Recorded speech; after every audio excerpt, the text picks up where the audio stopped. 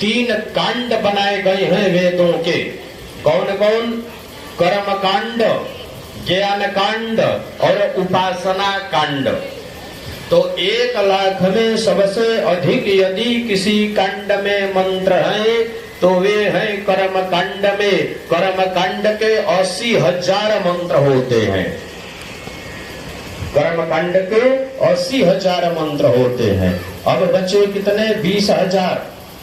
तो 20,000 में से 16,000 मंत्र जो होते हैं वे उपासना कांड के होते हैं और 4,000 मंत्र ज्ञान कांड के होते हैं।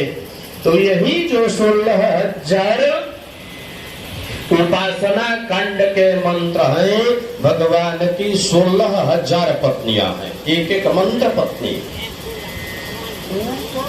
कैसे? आसन। उप समीपे माने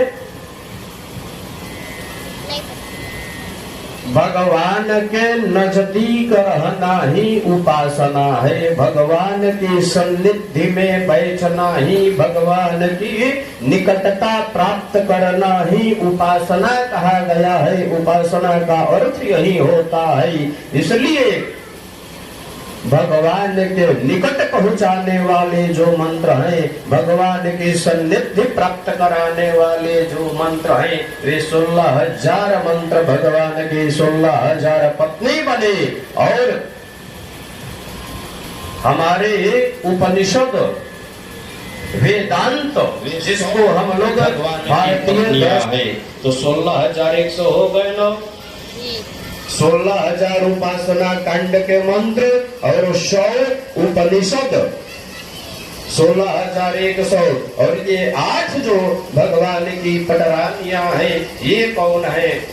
तो गीता में भगवान ने स्वयं अपने श्रीमुख से कहा है अर्जुन से कि अर्जुन,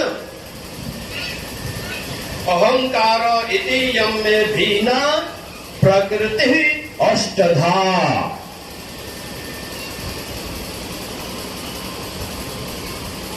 इस संसार के, इस ब्रह्मांड के, इस अखिल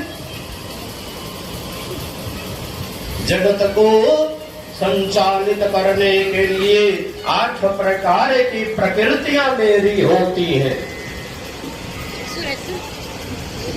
एक बात और समझ लेना, जो प्रकृति के वश में रहता है, जो प्रकृति के वश में रहता है उसे मनुष्य कहते हैं। प्रकृति के ही वश में मनुष्य रहता है ना।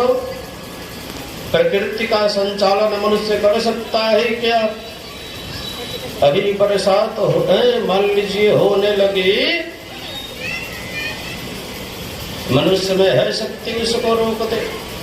प्रकृति के वश में मनुष्य रहता है और प्रकृति भगवान के वश में रहती है। तो प्रकृति के वश में जो रहे वह मनुष्य होता है और प्रकृति जिसके वश में रहे वह भगवान होता है। तो भगवान इस सृष्टि के संचालन के लिए 8 प्रकार की प्रकृति का